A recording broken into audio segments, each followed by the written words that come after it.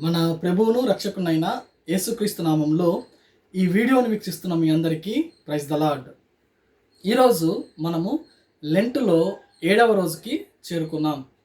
ఈ యొక్క రోజున మనము యేసయ్య ఏ విధంగా ప్రార్థించాడో మనము చూద్దాం.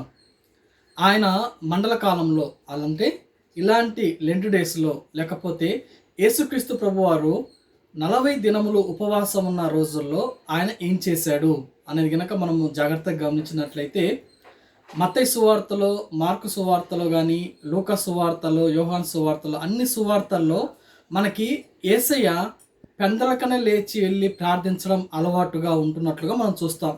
అదేవిధంగా మరి ప్రాముఖ్యంగా ఆయన 40 దినములు ఉపవాసం ఉన్నప్పుడు ఆయనకి ఎవ్వరికి కనపడకుండా ఆయన ఒక అరణ్యంలో ఆయన ప్రార్థన చేసినట్లుగా ఉపవాసం ఉండి ఆ 40 రోజుల తర్వాత ప్రార్థన చేసుకున్న తర్వాత ఉపవాస దినములు కంప్లీట్ అయిన తర్వాత బయటకు వచ్చి ఇక అక్కడ నుంచి తన యొక్క సేవ ఆరంభము స్టార్ట్ చేసినట్లుగా మనకి బైబిల్ గ్రంథంలో నుంచి మనము అర్థం చేసుకుంటాం.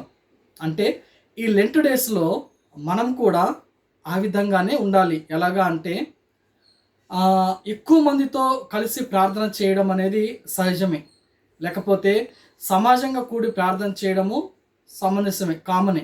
చర్చిలో కూడా ఉపవాస దినములు పాటించినప్పుడు అక్కడ అందరితో కలిసి ప్రార్థన చేయడం కూడా మామూలే. కానీ వీటన్నిటికంటే ప్రాముఖ్యమైనది మనము పర్సనల్ ప్రేయర్. అంటే మనము ఇంట్లో తలుపులు వేసుకొని మనము ఎవరికి కనపడకుండా దేవునికి మాత్రమే కనపడుతూ మన హృదయంలోంతరంలో ఉన్న ప్రతి దాని గురించి దేవునితో మాట్లాడుతూ చేస్తున్న ప్రార్థనే అదే నిజమైన ప్రార్థన.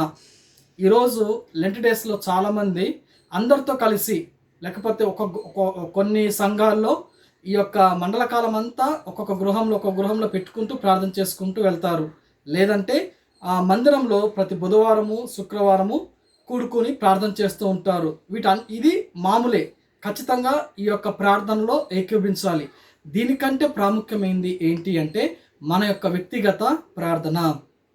యేసయ్య వ్యక్తిగతంగా చాలాసార్లు ప్రార్థన చేశాడు. అలాగే మనం కూడా వ్యక్తిగతంగా ప్రార్థన చేసినప్పుడు దానికి నిజమైన లేకపోతే మనకు అవసరమైన రిజల్ట్స్, ఆ సమాధానం దేవుని దగ్గర నుంచి మనకు వస్తుంది. ఆ విధంగా వచ్చినప్పుడు మనం ఎంతగానో దేవునిలో బలపరచబడడానికి, ఇంకా ముందుకు సాగిపోవడానికి, విశ్వాసంలో మనకి బలంగా మనం తయారవడానికి ఎంతగానో అవకాశం ఉంటుంది. కాబట్టి ఈ మండల కాలంలో ఈ యొక్క లెంట్ డేస్లో ప్రార్థనకి విలువనిద్దాం. మరి ముఖ్యంగా ఏకాంతంగా లేకపోతే పర్సనల్గా వ్యక్తిగతంగా దేవుని దగ్గర ప్రార్థన చేయడం అనేది నేర్చుకుందాం. ఇటువంటి కృప దేవుడు మనకు దయచేయును గాక. ఆమేన్.